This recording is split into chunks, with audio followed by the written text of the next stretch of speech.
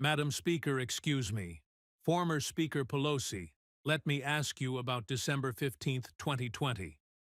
That morning, you attended a classified briefing on Operation Warp Speed and vaccine distribution. That afternoon, your husband Paul bought $5 million in Pfizer call options. The next day, the FDA announced emergency approval for Pfizer's vaccine.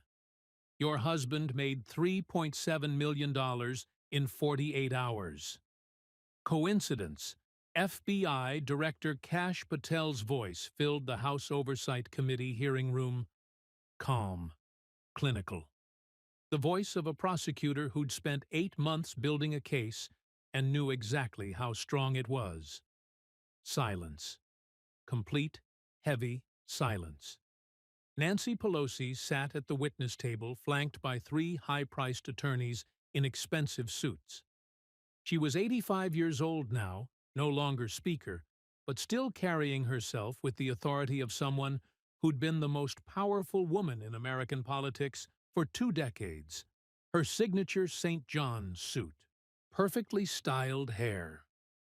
The armor of someone who'd stared down presidents and survived every attack. But something was different today. She looked uncomfortable. Trapped. Because Kash Patel hadn't come with speeches or accusations. He'd come with evidence, trading records, phone logs, time-stamped congressional calendars, bank statements, the kind of evidence you can't spin away. The hearing room was packed despite being officially closed door. Every seat filled with committee members, staff investigators, cameras rolling for the congressional record, even though the public wouldn't see this yet. The press locked outside, but waiting like sharks, knowing something big was happening. This was supposed to be routine testimony about stock trading reform. Republicans had taken the House in the 2024 elections and immediately launched investigations into everything. Pelosi had testified before Congress dozens of times over her 40-year career. She'd expected this to be another political theater session she could deflect with practiced ease. Instead, she'd walked into a prosecution. Because Patel had done something nobody had done before, he'd actually traced the money, actually mapped the timeline, actually built the case. Pelosi's lead attorney, Marcus Stein, the kind of lawyer who charged $2,000 an hour, leaned forward to speak. Director Patel, my client's husband makes his own independent investment decisions. Mrs. Pelosi is not involved in his trading activities. Your client's husband is 85 years old, Patel interrupted smoothly. He has a degree in business from Georgetown from 1965. He's not a professional trader. He's not a financial analyst. Yet somehow, over the past 15 years, he's made 138 stock trades that occurred within 1 week of your client attending classified briefings or receiving material non-public information. 138 trades. Average return 41%. Warren Buffett, the greatest investor in history, averages 20% over his career. Paul Pelosi is apparently twice as good as Warren Buffett. He paused. Let that impossibility sink in. But only on certain trades. The trades where your client had inside information. On trades where she had no information advantage, Paul Pelosi averages 8% returns, slightly below the market. So he's either a below-average investor who occasionally becomes the greatest trader alive through sheer luck, or he's trading on insider information provided by his wife. Which explanation makes more sense? Patel pulled out a document, slid it across the table. Let me show you the pattern. March 2020. Mrs. Pelosi attends classified briefing on COVID-19 severity and economic impact. The briefing details how bad it's going to be, information the public doesn't have yet. 2 days later, Paul Pelosi sells $5 million in airline stocks, hotel stocks, cruise line stocks. 1 week later, the economy shuts down. Those sectors crash. He avoided 2.1 million in losses that average investors suffered. Another document. June 2021. Mrs. Pelosi is in closed-door negotiations on the infrastructure bill. She knows which companies will get contracts information that hasn't been made public. One day later, Paul buys $2 million in Caterpillar and Tesla stock. 2 weeks later, the infrastructure bill passes with provisions specifically favoring those exact companies. He makes $1.8 million. Another. November 2021. Mrs. Pelosi is working on the semiconductor subsidies bill. Paul buys $4 million in NVIDIA call options. The bill passes months later with billions in subsidies for chip makers. He makes $3.2 million. Patel looked up from his documents. 138 times, Madam Former Speaker. Every time you had advance information about legislation, about government contracts, about regulatory decisions your husband traded on it. Every single time. That's not coincidence. That's not luck. That's systematic insider trading on a massive scale. Pelosi's face was flushed now. Her hands gripped the edge of the table. She'd been in politics since before Patel was born. She'd survived Republican attacks, Tea Party insurgents, Trump's presidency, countless ethics complaints. She'd always come out on top through a combination of political skill, media savvy, and sheer force of personality. But this was different. This wasn't political theater. This was math, timestamps, bank records, evidence that couldn't be explained away with a carefully crafted soundbite. This is a partisan witch hunt. She started her voice tight. This is FBI financial forensic analysis, Patel said calmly. This is subpoenaed bank records, trading records, phone logs, and time-stamped congressional calendars. We have the exact time you entered classified briefings, the exact time you called your husband, the exact time he called his broker, the exact time trades executed. This isn't partisan, Madam Former Speaker. This is evidence. He pulled out more documents, charts, timelines. You and your husband entered Congress in 1987 with a net worth of approximately $5 million. You're now worth $240 million on a congressional salary that's never exceeded $223,500 per year. Even if you saved every penny, which you didn't, even if you paid no taxes, which you did, even if you had perfect investment returns, you couldn't have $240 million, unless you were trading on insider information for 35 years. The room was completely silent now. Every eye on Pelosi, every ear listening to Patel's calm, relentless presentation of facts. Let me show everyone exactly how you did it, Patel said. Let me show you 15 years of insider trading. 138 trades, $140 million in ill-gotten gains, and the phone calls where you passed the information to your husband right after leaving classified briefings. Pelosi looked at her lawyers, at the committee members, at the cameras recording everything for history.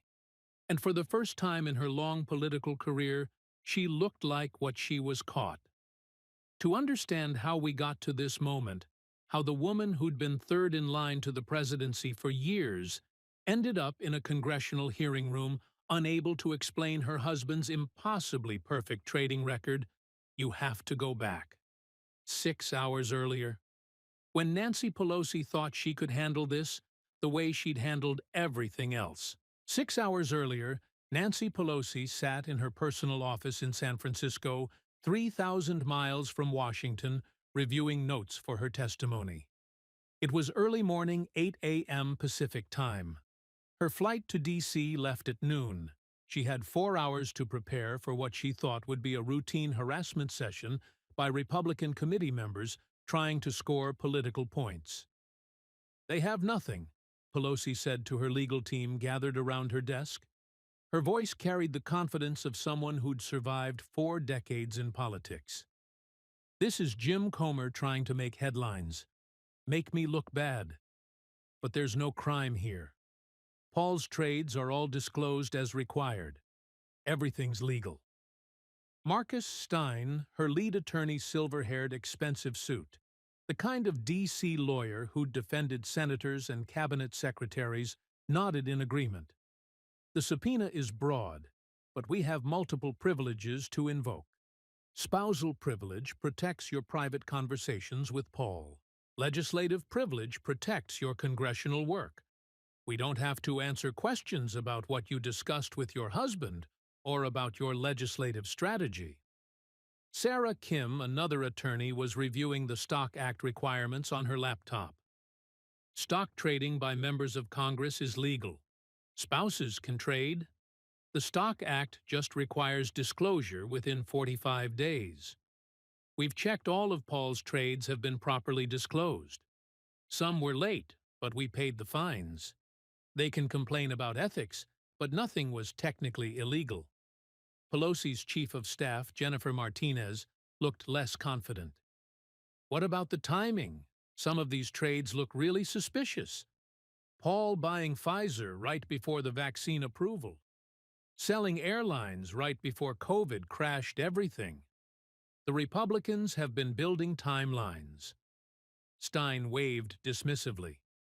Timing isn't proof of anything. Sophisticated investors make educated guesses based on publicly available information. Paul reads the Wall Street Journal. He watches financial news. He can make his own investment decisions without insider information. Pelosi nodded, sipping her coffee. She'd been through worse than this. Multiple ethics investigations over the years. Republican attacks calling her everything from socialist to corrupt. Media scrutiny of her wealth. Nothing had stuck. She was Nancy Pelosi, the first female Speaker of the House. The woman who'd stared down Newt Gingrich, George W. Bush, Donald Trump. She'd gavelled through Clinton's impeachment, Bush's wars, Obama's health care reform, Trump's impeachments, Biden's agenda. She'd survived everything. This would be no different.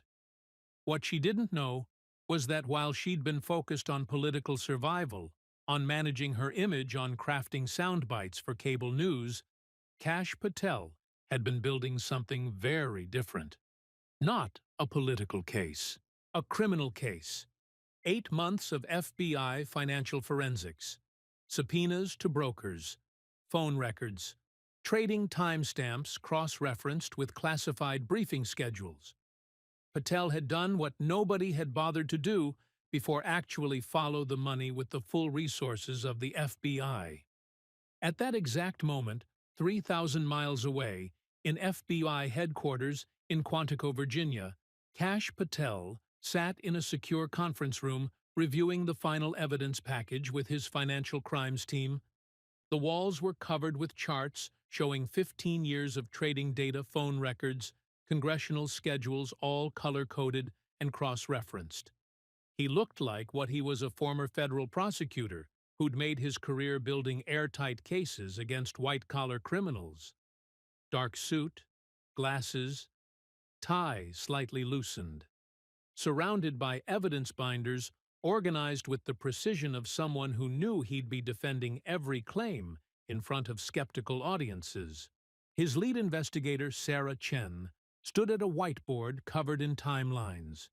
She was in her 40s, former SEC enforcement attorney who'd moved to the FBI's Financial Crimes Unit. She'd built cases against hedge fund managers, corporate executives, Ponzi scheme operators. This case, a sitting member of Congress engaging in systematic insider trading, was the biggest of her career. "Let me walk you through the final package," Chen said, clicking through slides on a screen. "We have 15 years of trading records, 387 total trades by Paul Pelosi. We've analyzed each one, cross-referenced with Nancy Pelosi's congressional schedule, classified briefing logs, committee hearing dates, legislation she was working on. She pulled up a chart. Of those 387 trades, 138 show clear correlation with Nancy Pelosi receiving material non-public information. The pattern is undeniable. Average time between her receiving the information and Paul executing a trade 2.7 days. Not the same day, that would be too obvious. Not weeks later, the information would be public by then. Specifically, 2 to 3 days. The sweet spot where it's close enough to capture the gain, but far enough to create plausible deniability. Patel studied the chart. And the returns. On the 138 suspicious trades, average return of 41%. On the other 249 trades ones, where Nancy had no information advantage, 8.2%, slightly below market average. She let that sink in. So, Paul Pelosi is a below-average investor who occasionally becomes the greatest trader alive. The only difference, whether his wife had inside information. That's statistically impossible to explain without insider trading. Tom Rodriguez, former federal prosecutor now working as FBI legal counsel, spoke up from his seat at the table. We also have phone records, subpoenaed from both their carriers.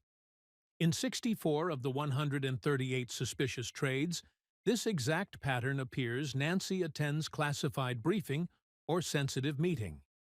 Within 2 hours, she calls Paul. Within 1 hour after that call, Paul calls his broker at Morgan Stanley. Within 24 hours, the trade executes. He pulled up call logs. Here's December 15, 2020, the Pfizer trade. Nancy enters classified briefing on Operation Warp Speed at 9 a.m. Briefing ends at 11:45. She calls Paul at 12:17. 11-minute call. Paul calls his Morgan Stanley broker at 1:03 p.m. 8-minute call. Trade executes at 2:30 p.m. $5 million in Pfizer call options. Next day, FDA announces approval. Stock jumps. Paul's options are worth $8.7 million. Profit $3.7 million in 48 hours. He looked up. The timing is perfect. Impossible to explain without Nancy telling Paul what she learned in that classified briefing. Patel reviewed the evidence systematically. This was how he'd built his reputation: meticulous preparation, overwhelming documentation, cases so airtight that defendants pleaded guilty rather than risk trial. "Give me the top 5 most egregious examples," he said. "The ones that are absolutely impossible to explain away." Chen clicked through slides. Number 5, January 2021. Nancy in negotiations on EV tax credits. Knows Tesla will benefit. Paul buys $2 million in Tesla calls. Bill passes with provisions helping Tesla. Profit $1.4 million. Number 4, March 2020. Nancy in classified briefings on COVID economic impact. Paul sells $5 million in airlines, hotels, cruise stocks before market crashes. Avoids $2.1 million in losses. Number 3, August 2022. Nancy planning Taiwan visit. Knows this will impact semiconductor stocks. Paul buys $4 million in NVIDIA before she announces trip. Profit $3.2 million. Number 2, July 2021. Nancy negotiating infrastructure bill. Knows which companies get contracts. Paul buys Caterpillar, Tesla construction companies. Profit $4.8 million. Number 1, December 2020. Nancy in classified briefing on Pfizer vaccine approval. Paul buys $5 million in Pfizer calls that same afternoon. FDA approves next day. Profit $3.7 million in 48 hours. Patel studied each example. The Pfizer one is the smoking gun. The timing is impossible to explain any other way. Classified briefing in the morning. Trade that afternoon. Approval announcement next day. That's not sophisticated analysis. That's insider information. What about defenses? He asked. What will they claim? Rodriguez had anticipated this. One Paul Pelosi is a sophisticated investor, making his own decisions. We counter with his performance on non-insider trades below average. He's only sophisticated when Nancy has inside info. Two spousal privilege protects their conversations. We counter that privilege doesn't cover criminal conspiracy. If she's passing him insider information to trade on, that's a crime.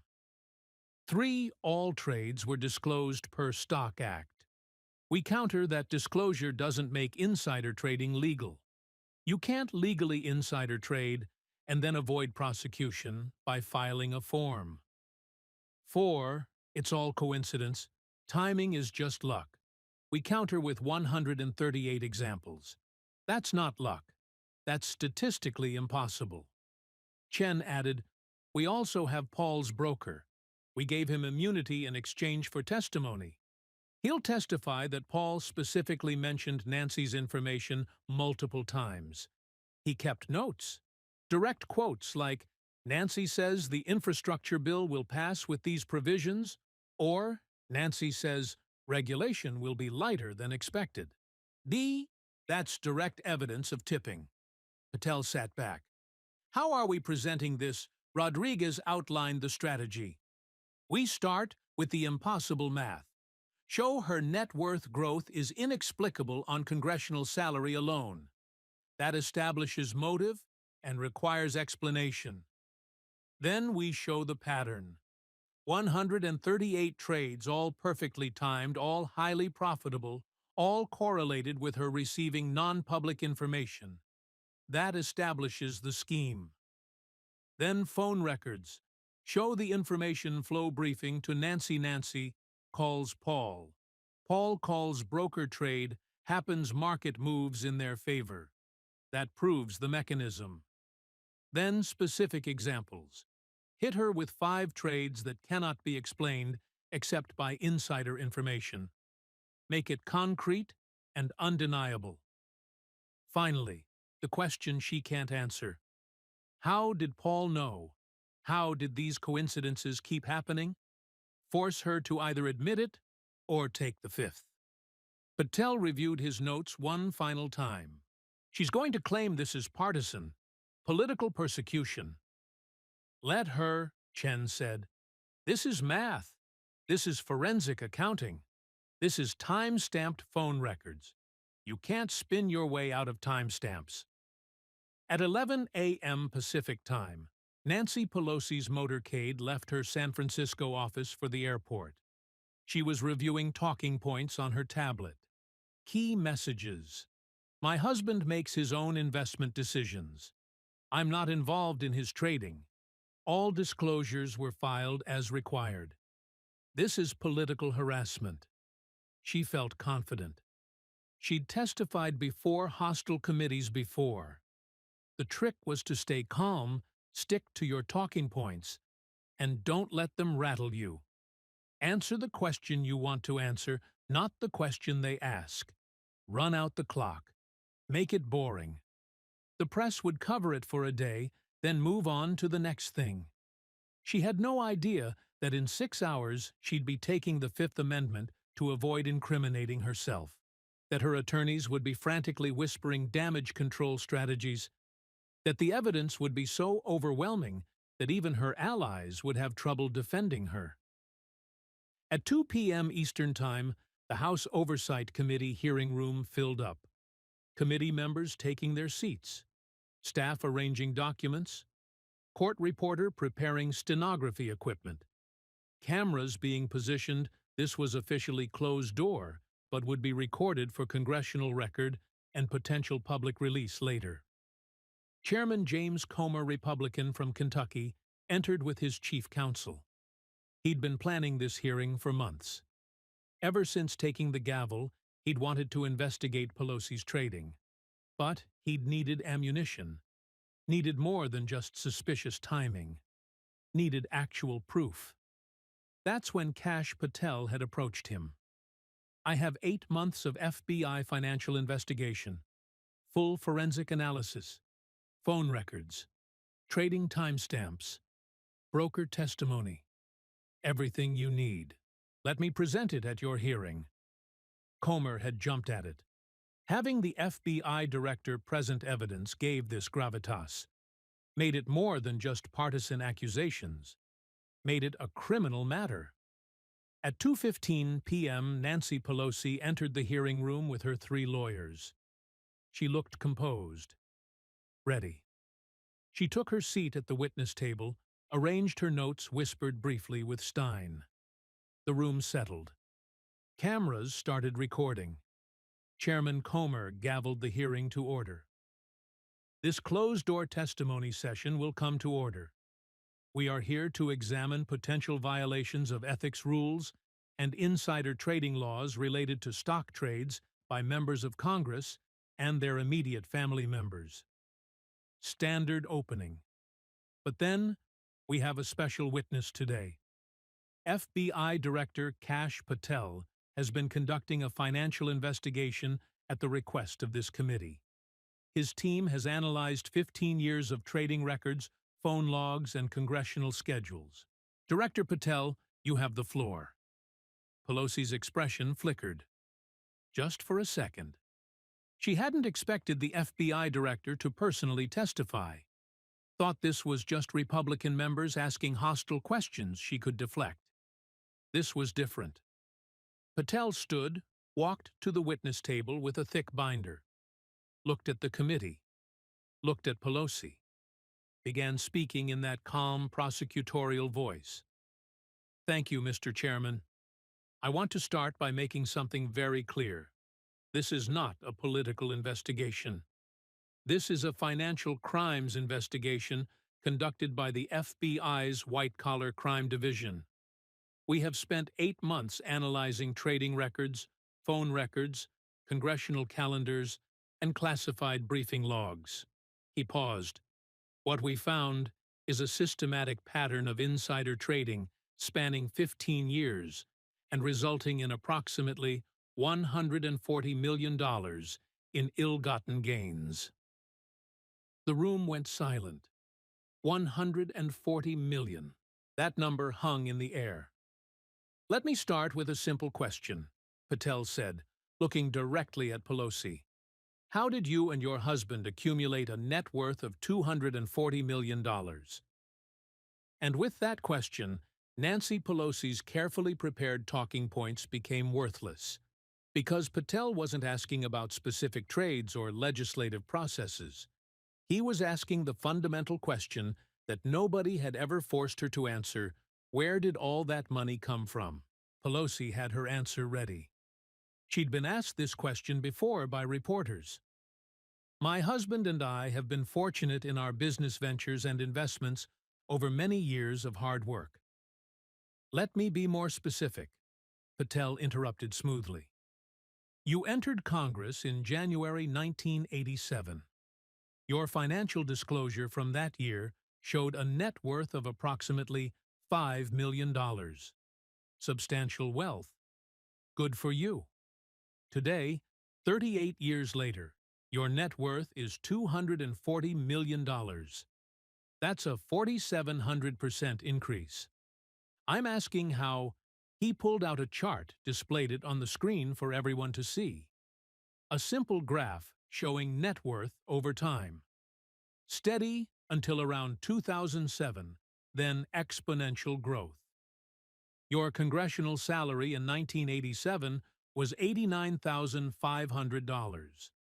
It's currently $223,500. Over 38 years in Congress, your total congressional salary, even if you saved every single penny, paid no taxes, had no living expenses, would total approximately $6.8 million. You made $6.8 million in salary. You're worth $240 million. Please explain the difference. Stein tried to intervene. My client's husband has significant business interests. Had, Patel corrected. Past tense. We subpoenaed Paul Pelosi's tax returns.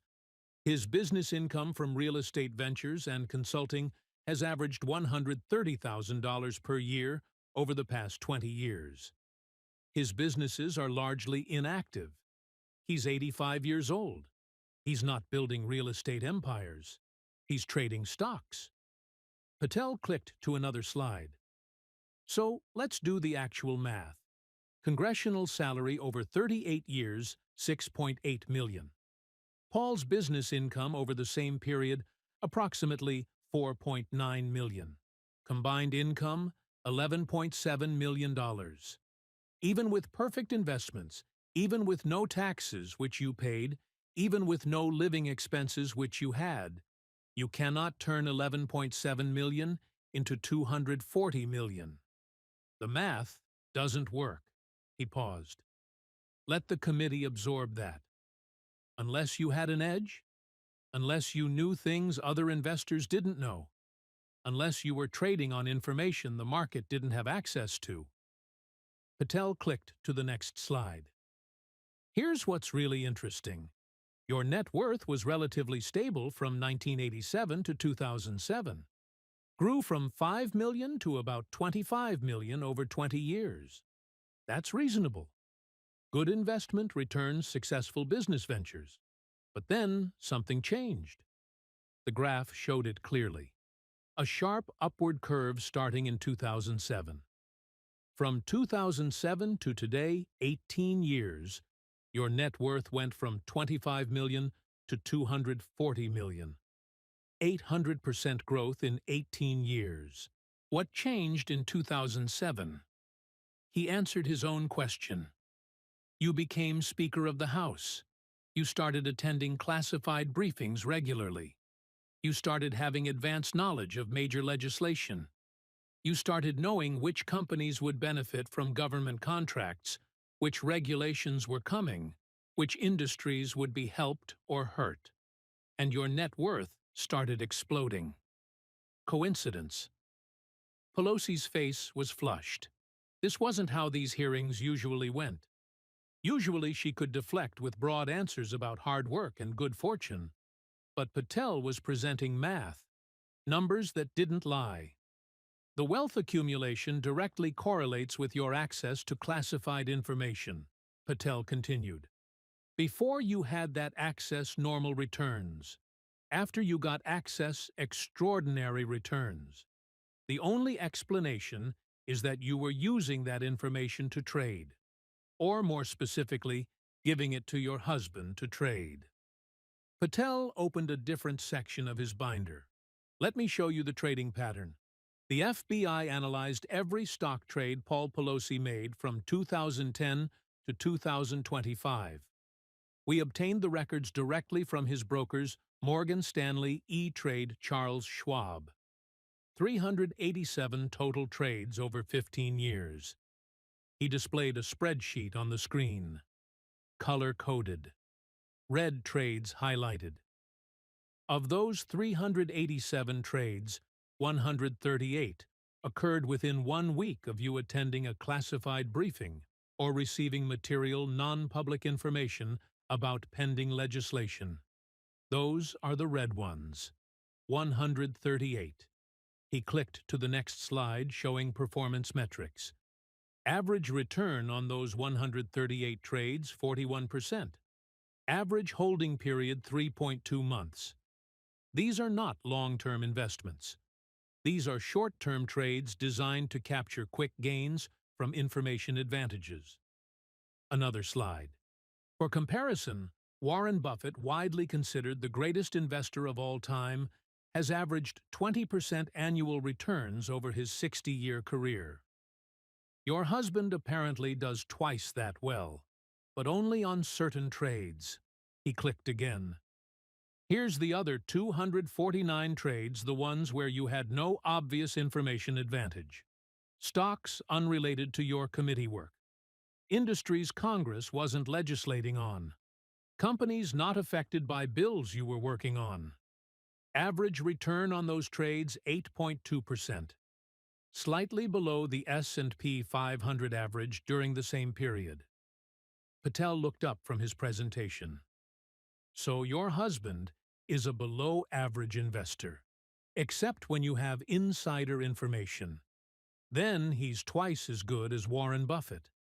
How do you explain that? Silence. No good answer existed. Let me show you the timing pattern. New chart appeared. On average, Paul executed trades 2.7 days after you attended a relevant briefing or meeting. Not the same day, that would be too obvious. Not weeks later, the information would be public by then. Specifically, 2 to 3 days. Just long enough to create deniability, just short enough to capture the gain. He showed examples. December 15th, 2020. You attend classified briefing on Pfizer vaccine approval timeline. December 17th, 2 days later, Paul buys $5 million in Pfizer options. March 19th, 2020. Classified briefing on COVID economic severity. March 21st, 2 days later, Paul sells travel industry stocks.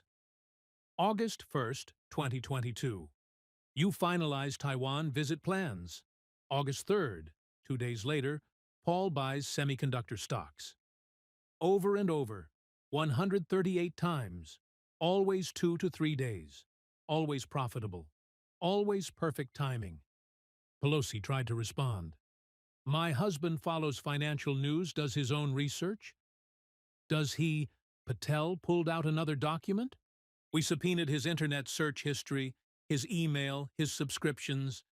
He doesn't subscribe to any professional trading services, doesn't use Bloomberg Terminal or any professional research tools. He reads the Wall Street Journal and watches CNBC. That's it. Yet he somehow outperforms professional hedge fund managers who have teams of analysts and billions in resources. How? Patel shifted gears. Now, let me show you how the information actually flowed. We subpoenaed phone records, both your cell phone and Paul's. Here's what we found. He displayed call logs on screen, timestamps highlighted. In 64 of the 138 suspicious trades, this exact pattern appears. He pointed to the timeline. You attend a classified briefing or sensitive meeting. Within 2 hours, you call Paul. Within 1 hour after your call to him, Paul calls his broker at Morgan Stanley. Within 24 hours, the trade is executed. Let me show you a specific example. The Pfizer trade, December 15th, 2020. Detailed timeline appeared. 9 a.m. you enter SCIF for classified briefing on Operation Warp Speed. The briefing covered FDA approval timeline for Pfizer vaccine. This information was classified. The market didn't know approval would come the next day. 11:45 a.m. briefing ends. You return to your office. 12:17 p.m. You call Paul. Your phone records show an 11-minute call. 1:03 p.m. Paul calls his broker, Richard Chen, at Morgan Stanley. 8-minute call. 2:30 p.m. trade executes. Paul purchases $5 million in Pfizer. Call options, strike price, $40 expiring in 3 months.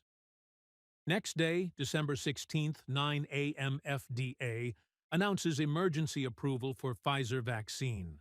Stock price jumps from $42 to $54. Paul's options are now worth $8.7 million. Patel looked up. 48 hours. $3.7 million profit. Based on classified information you received in a briefing. The timing is perfect. Impossible to explain without you telling Paul what you learned. Pelosi started to speak, but Patel continued. And before you say you're allowed to talk to your husband, of course you are. But let's look at the pattern of your calls. New chart appeared. On average, you call Paul 2 to 3 times per week. Normal spousal communication.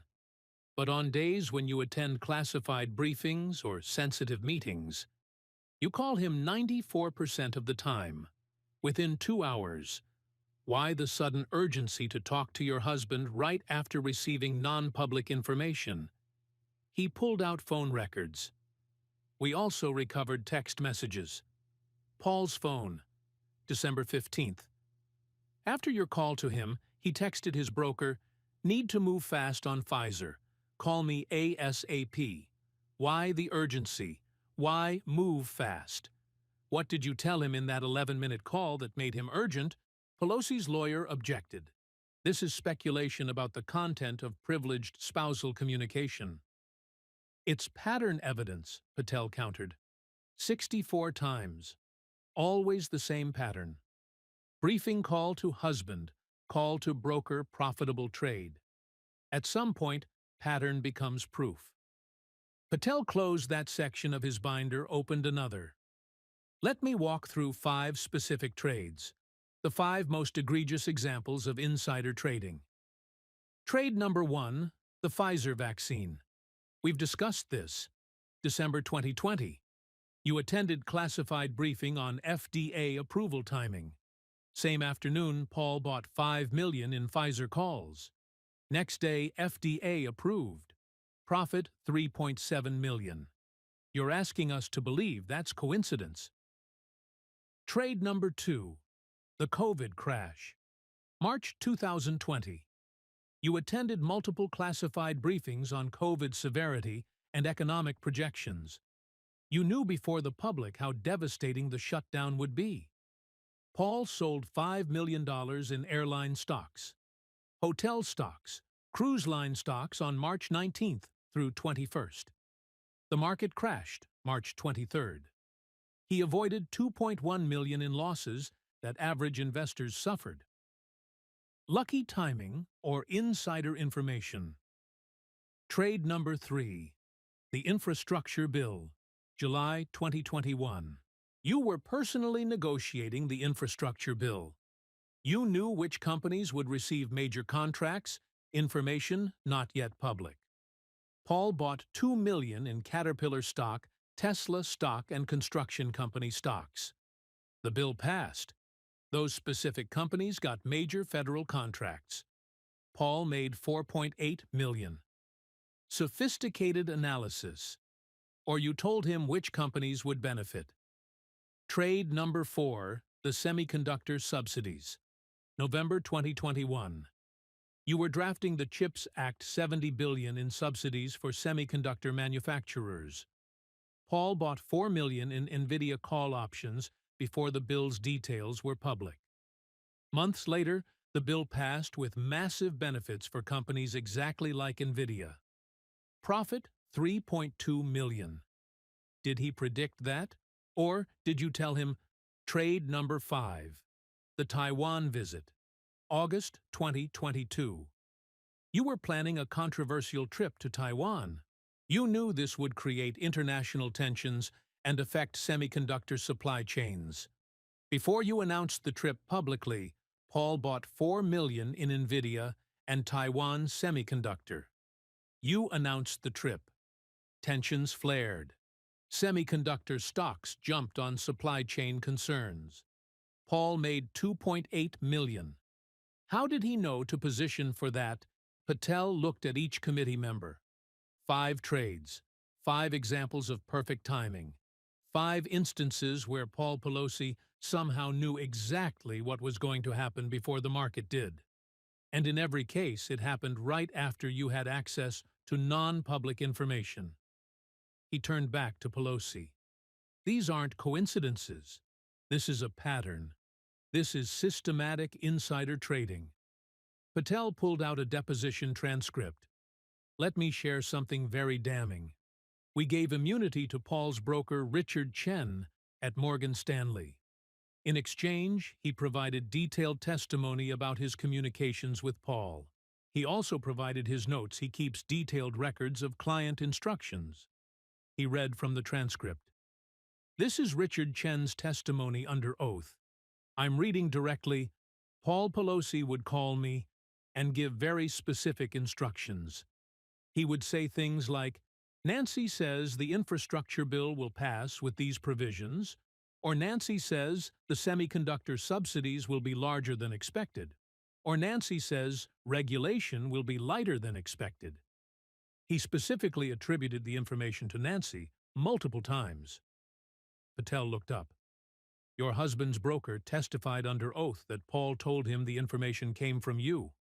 Not I think, or I believe, or my analysis suggests. Nancy says, direct attribution. That's direct evidence of tipping. He pulled out handwritten notes. These are Chen's notes from a call with Paul on January 21st, 2023.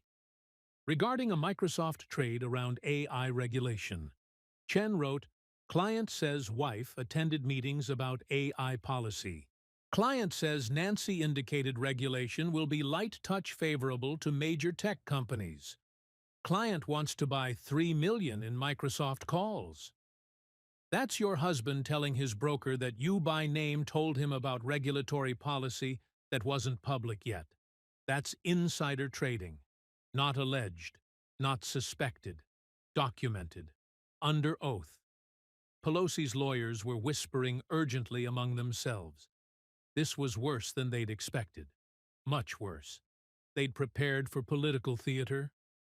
But Patel had built a criminal case. Patel pulled out one final chart. Let me tie this all together with a comprehensive timeline of your wealth accumulation. A graph appeared showing net worth over time with specific trades marked. 1987. You enter Congress. Net worth $5 million. 1987 to 2007, 20 years. Net worth grows to $25 million. That's 500% growth. Good, but not extraordinary. 2007, you become speaker. You start attending classified briefings regularly. 2007 to 2010, net worth grows to $40 million. 15 million in 3 years. 2010 to 2020, the most dramatic period. Net worth grows from 40 million to 175 million. 135 million in wealth accumulation in 1 decade. During this time, Paul made 63 trades that we've identified as insider trading based on your classified information access. Those trades generated approximately 87 million in gains. 2020 to 2025 net worth grows from 175 million to 240 million, another 65 million. During this period, Paul made 41 insider trades generating approximately 38 million. Patel looked directly at Pelosi. The math is simple. Your wealth grew exponentially when you had access to classified information. The trades that made the most money were the ones right after you attended classified briefings. This isn't circumstantial. This is direct correlation. You got information. Paul traded on it. You got rich. He closed his binder. That's not public service. That's not smart investing. That's corruption. The hearing had been going for 5 hours. Pelosi looked exhausted, aged. The confident politician who'd entered the room was gone. In her place was someone who looked cornered, trapped by evidence that couldn't be explained away. Patel had systematically demolished every possible defense. The math didn't work. The timing was perfect. The phone records showed the information flow. The broker testified to direct tipping. The specific trades were impossible to explain except through insider information. Chairman Comer leaned forward. Madam former Speaker Director Patel has presented extensive evidence of insider trading. I want to give you an opportunity to respond. How do you explain these coincidences?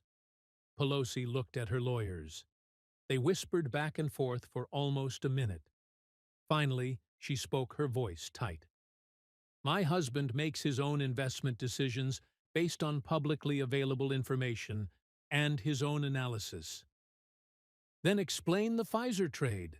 Patel interrupted. Classified briefing in the morning about FDA approval timing. Trade that afternoon. Approval announcement next day. 3.7 million profit in 48 hours. What publicly available information led to that trade? Silence. Explain the COVID trades. You attended classified briefings on economic severity. Paul sold travel stocks 2 days later, right before the crash. What public information told him to do that? Silence. Explain why Paul's broker testified under oath that Paul said Nancy says before multiple trades. What does that mean if you weren't giving him information? Pelosi's lawyer stood. Mr. Chairman, these questions call for speculation about the content of privileged spousal communications. They call for explanation of suspicious trades, Comer said. Your client can invoke privilege if she wants, but the American people deserve answers. Patel stood as well. Let me ask directly, Madam Former Speaker, did you share information from classified briefings with your husband? Long pause. Pelosi looked at her lawyers. They whispered again. Finally, I invoke my Fifth Amendment right against self-incrimination. The room erupted. Gasps, murmurs, shocked faces. Nancy Pelosi, former Speaker of the House, third in line to the presidency, for years was taking the Fifth. Patel's expression didn't change. Let the record reflect that the witness has invoked the Fifth Amendment. Mrs. Pelosi, did you tell your husband about the Pfizer vaccine approval before it was public? I invoke the Fifth Amendment. Did you tell him about COVID economic projections from classified briefings? Fifth Amendment. Did you tell him which companies would benefit from the infrastructure bill?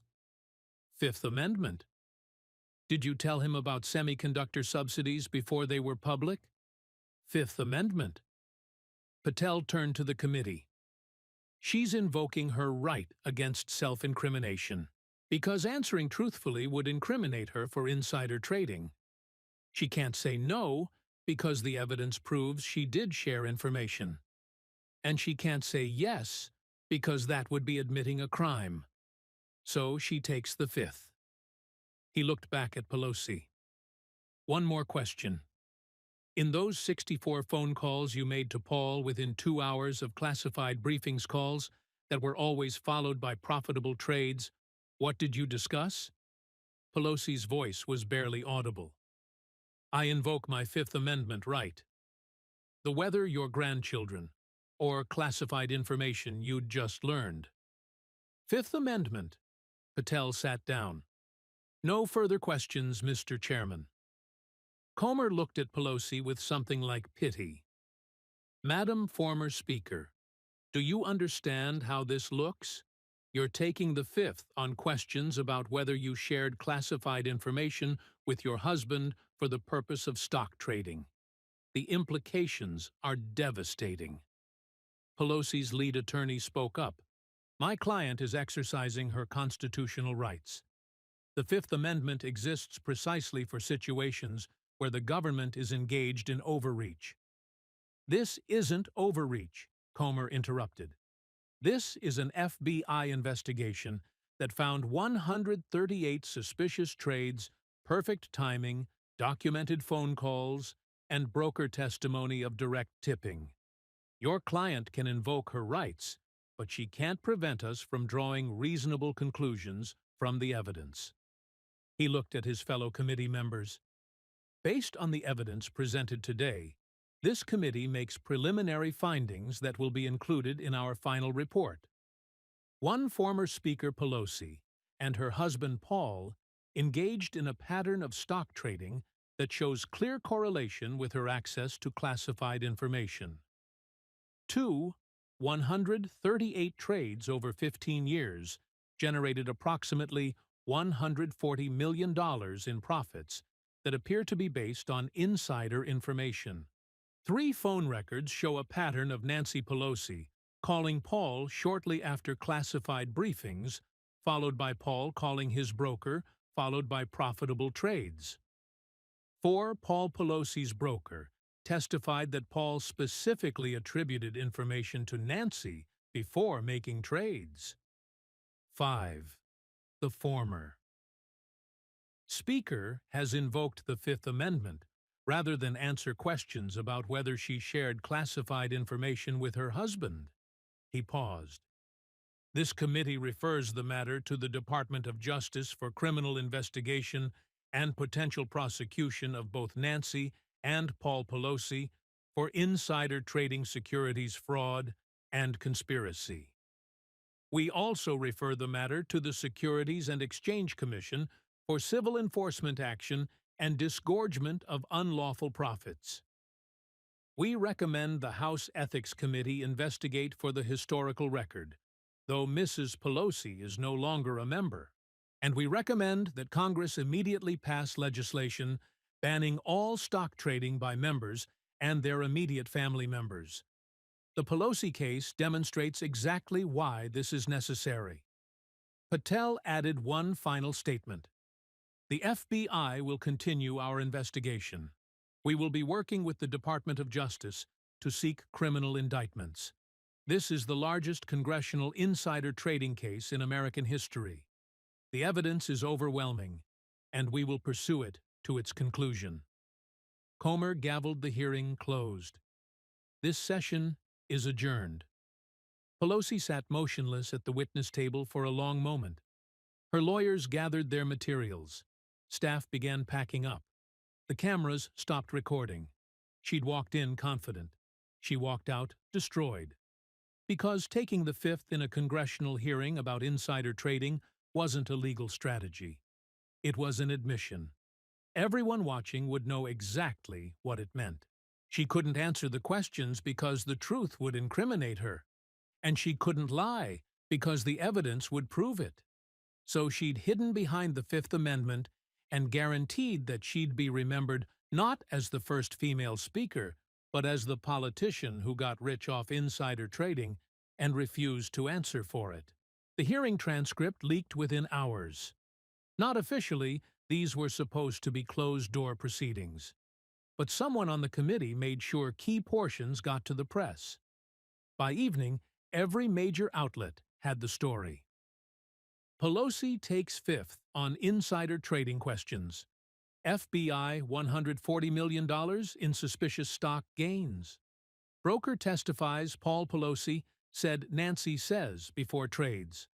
Phone records show pattern classified briefing to call to husband to profitable trade. The political world went into shock. Nancy Pelosi had been untouchable for 40 years. The most powerful woman in American politics. The woman who'd stared down presidents. And she'd just taken the Fifth Amendment rather than explain her husband's impossibly perfect trading record. Even Democrats couldn't defend it. The evidence was too strong, the pattern too clear, the phone records too damning. Within a week, the consequences began cascading. The Department of Justice opened a criminal investigation. Grand jury subpoenas went out. Paul Pelosi's broker, given immunity, provided hours of testimony about specific trades, and Paul's statements attributing information to Nancy. The SEC filed civil charges seeking disgorgement of $140 million in unlawful profits. They froze the Pelosi's brokerage accounts pending the outcome. Nancy Pelosi announced she wouldn't seek re-election in 2026. She was 85, she said. Time to retire. Nobody believed the timing was coincidental. Within 3 weeks, the grand jury indicted both Nancy and Paul Pelosi. 47 counts of securities fraud, insider trading wire fraud, and conspiracy. The indictment laid out 15 years of systematic trading on classified information. The trial was scheduled for April 2026. The Pelosi's legal team tried every maneuver motions to dismiss claims of spousal privilege arguments about classified information. Federal Judge Sarah Martinez denied them all. The defendants are charged with using classified information for illegal securities trading, she wrote in one opinion. Spousal privilege does not protect criminal conspiracy. The classified nature of the information doesn't immunize them from prosecution. It's the basis of the prosecution. 2 months before trial, Paul Pelosi, facing decades in prison at age 85, took a plea deal. He pleaded guilty to 12 counts of securities fraud, agreed to cooperate fully against Nancy, agreed to testify about every conversation where she'd given him information. In exchange, 18 months in federal prison, given his age and health. $82 million in restitution and fines. Forfeiture of the Napa Valley Vineyard, where they'd hosted countless political fundraisers. With her husband cooperating, Nancy had no choice. Her attorneys negotiated their own plea. She pleaded guilty to 38 counts of securities fraud and insider trading. The sentencing hearing was brief. Judge Martinez was not sympathetic. "Mrs. Pelosi, you held one of the highest positions in our government. You were third in line to the presidency. You took an oath to serve the American people. Instead, you used your position for personal enrichment. You exploited classified information that was classified to protect national security to make stock trades. You made $140 million by betraying the public trust." The message must be clear: public office is not a path to personal wealth. Classified information is not a trading advantage. You will serve 8 years in federal prison. You will pay $127 million in fines and restitution, and you will forfeit your congressional pension. Nancy Pelosi entered federal prison at age 86. The Bureau of Prisons assigned her to FCY Alderson in West Virginia, the same prison that had housed Martha Stewart. The political world moved on quickly. Within months, Congress passed the Stop Trading on Congressional Knowledge Act 2.0, informally called the Pelosi Act. It banned all stock trading by members of Congress and their immediate family members. Violators faced automatic expulsion and criminal prosecution. The bill passed 418-2. Even progressives who'd defended Pelosi for years voted for it, because the evidence had been too clear, the corruption too blatant, the betrayal too complete. 6 months into her sentence, a reporter from the Washington Post was granted a rare prison interview with Pelosi. She looked a decade older. Prison had stripped away the armor of power the designer suits the perfect hair. She wore a khaki prison uniform. No makeup. Gray hair pulled back. "Do you have any regrets?" the reporter asked. Pelosi was silent for a long time. Then, "I regret getting caught. I regret that it ended this way. But I don't regret the trades themselves. Paul and I worked hard. We deserved to be wealthy." The reporter was stunned. "You don't think what you did was wrong?" "I think the laws are unfair. Members of Congress should be able to invest. We have bills to pay like everyone else. If we happen to know things because of our position, why shouldn't we be able to use that information?" The interview created a firestorm. Even her few remaining defenders abandoned her. The complete lack of remorse, the entitlement, the belief that her position entitled her to profit from classified information. Her daughter Christine gave an interview to CNN a week later. "My mother has always believed rules don't apply to her. She spent 40 years in politics, believing she was above accountability. Even now, even in prison, she doesn't think she did anything wrong. It's sad. And it's exactly why she's there." Paul Pelosi served his 18 months in federal prison, was released at age 87, broken and penniless. The restitution and fines had taken everything. The Napa Vineyard, the San Francisco mansion, the investment accounts. He moved into a modest apartment in Daly City, lived on Social Security. He died 6 months after his release. Heart failure, 87 years old. The New York Times obituary was brutal. Paul Pelosi, 87 trader who exploited wife's position, dies. Nancy remained in prison. With good behavior, she'd be eligible for release at age 92. Her lawyers were fighting for compassionate release based on age and health. So far, judges had denied every petition. She showed no compassion for the American people she betrayed. One judge wrote, "She showed no remorse. She doesn't deserve compassionate release." The legacy Nancy Pelosi had spent 40 years building first female speaker, historic legislator, champion of progressive causes, was erased. History would remember her for one thing: systematic insider trading that made her $140 million. Students studying congressional ethics would read her case. The pattern of trades, the phone records, the broker's testimony, the Fifth Amendment, the complete inability to explain the coincidences. The lesson was taught in law schools and business schools and political science classes. Public office is a public trust. You cannot use classified information for personal gain. You cannot turn your position into a personal fortune. And if you try, eventually, someone will notice the pattern. Eventually, someone like Kash Patel will build a case you can't explain away. Nancy Pelosi thought she was untouchable, thought her power and political skill would protect her forever, thought nobody would dare investigate her seriously. She was wrong. The FBI did the math, mapped the timeline, pulled the phone records, got the broker to testify. And all those perfectly timed trades, the Pfizer options, the COVID sales, the semiconductor plays, the infrastructure bets, all of them became evidence.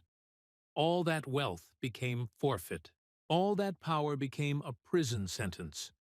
She'd spent her career saying, "Follow the money."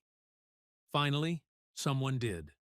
And it led straight to her, to the classified briefings she attended, to the phone calls she made to Paul, to the trades he made hours later, to the $140 million they made by betraying the public trust. She couldn't explain it, so she took the fifth.